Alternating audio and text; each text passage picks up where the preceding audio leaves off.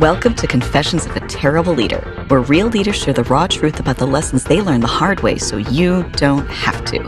Join our host, Layci Nelson, founder of Transcend Leadership Collective and former terrible leader. On this podcast, we invite you to step into the confessional and get real with the messy stories and behind-the-scenes reality of leadership. Let's get to it. Hello, friends, and welcome back to Confessions of a Terrible Leader.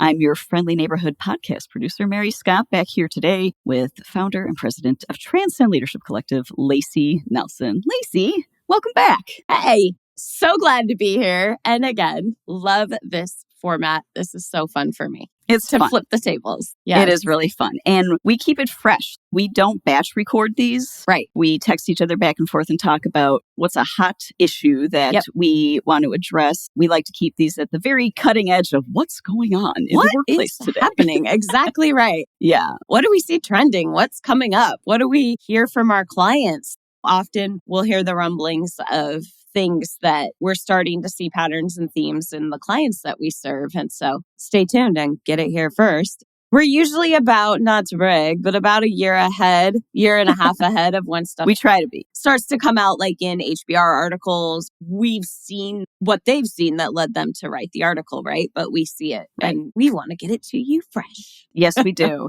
And speaking of fresh, yes, today we're going to do a rapid fire Q&A. Well, as rapid fire as you can do of a topic as loaded as this. We're going to do a rapid fire Q&A of workplace gossip. Dun, dun, dun. Dun, dun. I knew you were going to do that. So I was like, I'm in. I'm going to do it too. Workplace gossip itself is clearly not a new phenomenon. It's as old as the earth. Yes. Before we jump into different nuances of workplace gossip, we want to point out that workplace gossip, it is no respecter of gender or ideologies or backgrounds. There is no stereotypical aspect to workplace gossip, even though that is not necessarily something that has been communicated over the years. Right. But I've been in many different workplace situations, from universities to virtual work to local arts organizations. And let me just tell you, it's for everybody. Oh, it's you can everywhere. Have workplace gossip too. There is not an industry that is above the workplace gossip that happens. It's as rampant in the admin level as it is on the warehouse floor or the field and everywhere in between. Yes. This is not something that only those people that haven't figured it out do. No, this is part of the human condition. We gossip. And it can be really harmful. But you can also, once you learn how it works, wield it for the power of good or evil. Yes. But don't do the evil part. Please don't. So let's get into it, Layci. Kick us off. What's going on? Let's talk about workplace gossip. First of all, like I said, it's part of the human condition. And I have yet to come into any workplace where if you don't set up a norm for your expectation about gossip and how it works, and how you want it to run in your team, you're going to just have this wild thing happening. So you have to address it head on. One of the mantras on our team is we don't talk about people, we talk to people. And that's something that we repeat over and over and over again. But we also have these cues that we share with each other and that we help other workplaces do. Sometimes it can feel like, wait a minute, I'm not gossiping, I'm just venting. Am I not allowed to talk to anyone? Right. That's tricky. Yeah, because everybody needs a place where they can shut the door and just vent if they need to. That is actually okay within the right parameters. First of all, rule number one for venting, we'll call it venting. You should not be venting about anyone who reports directly to you, to their coworkers. Oh, yeah. That's a good distinction to make. Mm-hmm. Yes. Because you are immediately setting up an us and them dynamic and who's favorite, who's on the inside. Whether it's true or not, you are creating a perception of favoritism and who's in and who's out if you are doing that. If you have been doing that, stop. If you are new to leadership, we're telling you now, don't. You're going to save you some pain. There's that distinction. Venting immediately becomes gossip if you are doing it within a power dynamic where you are gossiping about people that are each other's coworkers, but you're a higher level of authority. So if you need to vent, go into your lateral space and vent with them. Or you can vent to your boss, right? but your boss shouldn't be venting to you about your coworkers. Yeah. There's that piece. Yeah, that's a big one. And you can see how destructive that would be, for sure. It unfortunately happens all the time. Yeah. Part of why that happens all the time, what can feed that pattern is that all of a sudden people that you were lateral with when you get a promotion, when somebody gets promoted, their behaviors don't change. They still are like, oh my God, they walked in late again. Yeah. You should realize the dynamic shifts and you lose the privilege of being able to just say that as a one-off to somebody next to you without it having much different level of impact. If you now are the boss saying that about somebody who walks through the door late. And you're like, must be nice. You know, like you can say that to their lateral, but you don't get to make those little snide comments and eye rolls anymore without understanding there's a negative price tag for that and you're going to pay it. That makes sense. One of the other things that we think about gossip really thrives when there's uncertainty and people are creating narratives. Absolutely. Like if you, as a worker, if you don't know what's going on in upper leadership, or if there's any type of ambiguity, especially if there is a general sense of, instability, like there's some uncertainty about what's going on with the company as a whole, our brains are just going to fill in the blanks. Yep. And we have a negative bias, even with all of the emotional regulation training skills in the world, we're automatically going to be prone to thinking, worst case scenario, everything's shutting down, we're getting let go because no communication. Right. And so it's really important to recognize if you're in a seat of influence or leadership that there's some things you can do to create an environment where you're less likely to have to deal with large amounts of harmful gossip. Part of it is being intentional from the get-go. We talk to people, not about people. And the other part is no news isn't good news. That does not exist at work. Right. No news means you just handed over the story creation to people that have one piece of the puzzle and a whole lot of fear, typically. Right. Yes. Over communicating is not a bad thing. So fear is one of the main reasons people gossip, to fill in the unknown. It also can be used to gain influence. Okay. Tell me more, Layci. Okay. So why are reasons people gossip? Well, they may have their own agenda or their own perspective that they're really trying to push through in something that's going on in the office or in the workplace. And so they're going to use that back channel influence. And they may not even have this language to wrap around it, but it's what's happening. When you think of diplomacy and one country wants another country to do something, usually there's a whole lot of chatter happening in the background before we ever know, because they're trying to influence one another. When you think about people that are in the workplace, then there's that influence gathering. Let's say there's chatter that there's going to be some sort of schedule change. And it usually starts around what seem like not huge things. So it's going to be a schedule change. We're going to open an hour earlier and let people go home an hour earlier. And the communication hasn't been especially clear on that, hasn't been communicated well, or they know it's up for debate. So what's going to happen? People are going to start chattering and they're going to be gaining influence. Like, have they even thought about why that's a good idea? And if we do this, it's going to be so disruptive. And they're presenting their side, right? Their case, because they want the general push and sentiment to be in alignment with what they want. That's human nature. Right. Oh, for sure. The other can be to maintain status. Gossip thrives in unhealthy environments. So you can see it's going to work better in some environments than not. But let's say there's a lot of this us and them kind of thing happening. It can be a tool that's used to maintain the status and reinforce stereotypes or reinforce assumptions, or, they don't really care. When you start hearing they, them, us, we, that split is in full effect. Yeah. We're going to talk about how to be smart about gossip in an environment that's full of it. How do you be smart about it? Understanding why people use it is part of understanding how to make wise moves yourself and decide when to engage and not engage.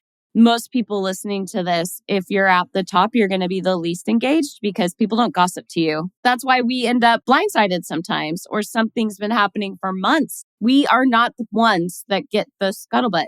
every layer where there's less and less communication and awareness of what's happening, there's more and more room for these games to be played where gossip thrives. So gaining influence, maintaining status. If people feel like they need to maintain their status or build alliances, gossip's going to be probably largely at play in those environments. And challenging power. So to undermine authority. Ooh. It's often used as an informal and effective way to undermine people's authority. That's why we do it, not to mention it feels good. Yeah. Even though it's not a healthy way of communication, it helps us feel connected. We want to find an ally in whatever it is that we're experiencing. And it just so happens to be really easy to do that under negative circumstances. Right. And the more wariness we have and the more fear and uncertainty we have, the more we want that connection. Right. Here's another fun neuroscience fact. It actually releases dopamine to gossip. Yeah. It literally is like a cycle. I need a dopamine hit. Ooh, I'm going to get in on some gossip. I feel good for a minute.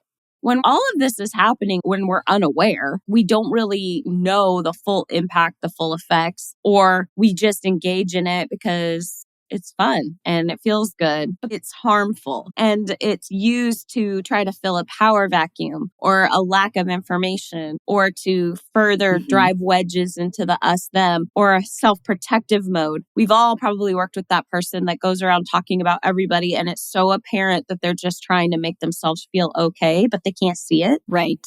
Right. If you're in it and you're listening to this, you're like, oh, yeah, 100%. But if you're higher up and you're like, I'm probably shielded. I'm one of the last to know, Right. HR tells me we have a problem. Right. What are some things that you can pay attention to besides what we've already addressed, like the gaps in the narrative and all of that? You can pay attention to if you hear the phrase often or even off to the side, if people are saying things like, I probably shouldn't say this, but. Oh, red flag. Yeah. Also, if people know more about other people than they know about work projects happening. If you're cross-functional or even within your department, if people are way more aware of who's got what going on in their life and who's showed up when and who's got beef with who than they are about what's the status of the project, what's the next step, might have a problem. And then finally, this is a big one. Decisions have to be interpreted because they're not clearly communicated. And leaders, this falls on us, right? Yeah. How many times do I coach executives through when people leave your office or leave an interaction with you, a text, a phone, whatever the methodology? There should be a very clear understanding of what you expect their next step to be or what you both agree their next step is going to be. Many of us in leadership positions, our brains are wired to take in a million pieces of stimulus and then we just spit it back out, but we don't realize that it's really confusing when we're thinking out loud. And especially for those of us that are verbal processors like myself, when we're thinking out loud, our team, unless we are super intentional, our team is often like, I don't know what the directive was. Right. Like, okay, so what am I supposed to do? No. We were just spitballing like a vision. And you're standing there with your notebook and your pencil. It's like, okay, I'm ready. What am I supposed to do? Oh, wait, no, it's not that kind of conversation. Yeah. Communicating around those kinds of, is this a decision or is this like a brainstorming session? Yes. And maybe a decision was made, but there's 42 gaps in the plan. Right. Then what happens is we tend to start gossiping. Instead of just asking, we tend to start trying to interpret. Oh, what do you think he really meant by that? Well, he changes his mind every 10 minutes. So that kind of stuff starts. And people just are trying to get their feet under them. And instead, it turns into this he said, she said, telephone game, heard it 42 different iterations later, and we wonder why we have a mess. Yes. Some of the things that I get asked, okay, I'm in this environment. I'm going to do what I can to not feed it. When it is someone that is your lateral and they're coming to you and they're dumping over and over, it turns into gossip and just, oh my God, I don't want to listen to this anymore. If you're in that seat, one of the things that you can do is, hey, I've noticed you've been venting about this same situation a lot. Have you thought about how you want to approach the person to get some resolution or make a difference in the situation? That's letting them know, I want you to move this forward. The other thing that can happen is triangulation. You've got one person that's working two people against each other. If you're in the seat of going, oh, this triangulation thing is happening, one of the things that you can do to try to interrupt that, and you're not in the seat of the supervisor and you're like, oh, what do I say to my peer? This is really awkward. You can say, you know what? It sounds like there's some information that's being used to make this person look bad. I think we should bring them in. That's either going to shut down the gossip because they're going to be like, nope, actually, I think we're okay. Nope. I don't need to talk about it. We're fine. We're fine. Never mind.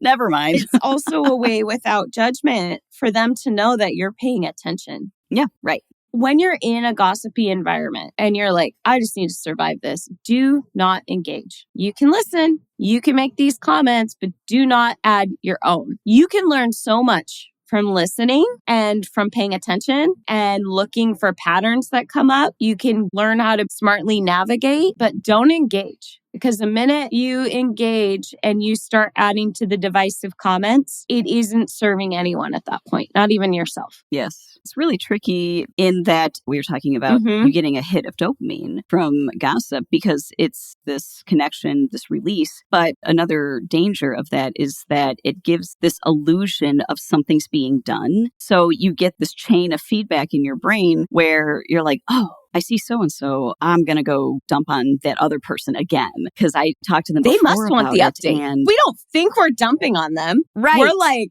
oh, they must want to know. I got to fill them in. Oh, guess what happened today? Exactly. It's like, well, remember what I told you the other day? You're never going to guess what happened today. We get this very false sense when we do that something's actually being done. And that's just not true. It's not true at all. So if you change the path, like you said, through the things you mentioned about diverting, not engaging, putting an end to the triangulation and making the suggestion that I'm listening to you, but also this can't go on. If you talk about let's bring them in and then they freak out, that's a clear communication that I hear you and also this can't like really, I don't want to spend 2 hours of my day. I got so many other things to do. No.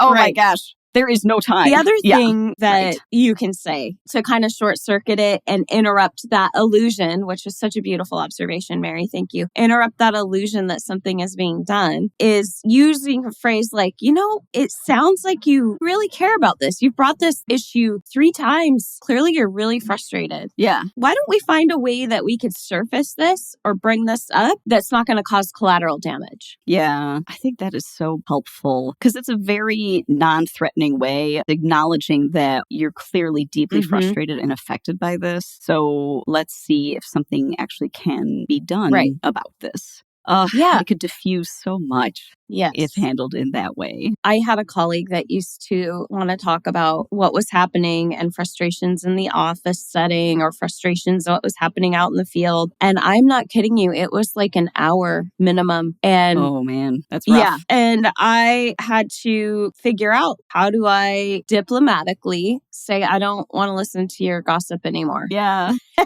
Yeah, that's rough. Yeah. And me, pragmatic and productive, I'm like, oh, this is not efficient. We are not getting anything done with this. You know? Find that way that feels good for you to redirect. Should you bring them in? Should you talk to them about it? Is one way. It might feel better for you to say, what are some ways that this could be surfaced without collateral damage?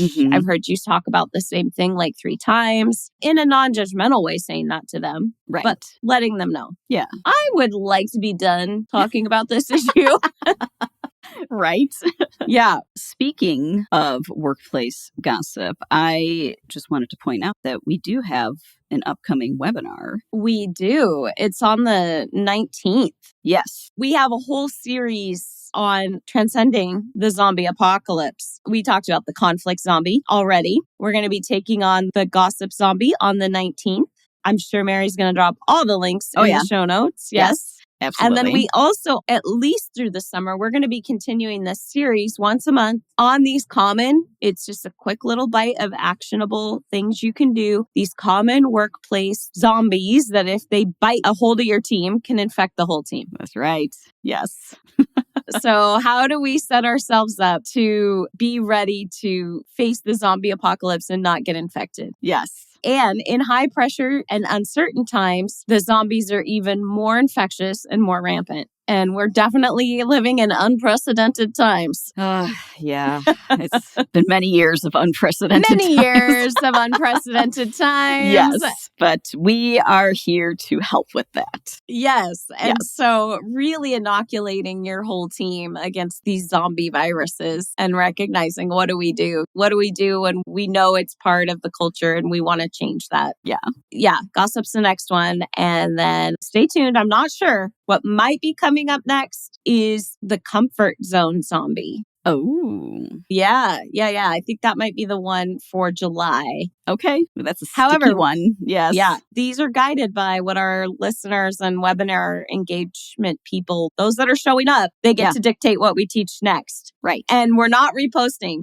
So this is actually tune in if you can. Yep. Anyways, gossip's a common one. Hopefully you picked up some strategies that could be helpful. One other gossip interrupter line that you can use, I already gave you a couple, but another one is, okay, so we're clear. Is this for problem solving or venting? Do you just need to vent or do you want solutions? Yes. That can also cue them into, like, I just need to vent. Okay. But then if it's the third time of it, that's when you start saying these other lines that sounds like you care. Let's find a way to surface this without causing collateral damage. Or it sounds like this information is being used to make somebody look really bad. Maybe they should be brought into this conversation. Those little interrupters that can cut it off. It might not solve the problem, but it can at least redirect and bring awareness that you'll listen, but you're not someone that's going to indulge. And that can be helpful for you in many ways. Yes. I will take a moment to, in the show notes, gather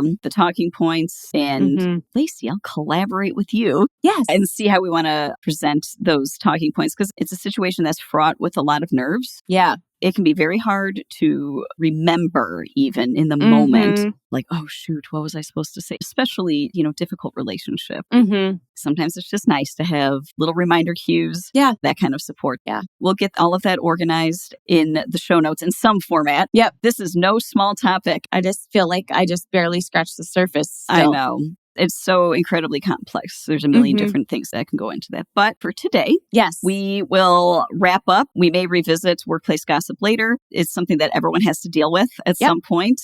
So we wanted to shine a light on that. Layci, do you have any closing words for our listeners? Oh, I do. When there's a lot of gossip happening in the office or in the workplace or wherever you're at, when there's a lot of gossip at work, it is a sign, a flag that you have a culture issue. And the issue isn't just you got a bunch of people that like to talk bad about each other. That's a symptom. It's symptomatic of a deeper issue that likely has to do, in our experience and the research shows, with a lack of clarity and a lack of communication. That is where gossip thrives and is actually a necessary tool for people to have what their brains need to feel like they can even function in the structure. So instead of looking at it as a moral, personal failing, it's a symptom of a deeper issue. Right. That's great.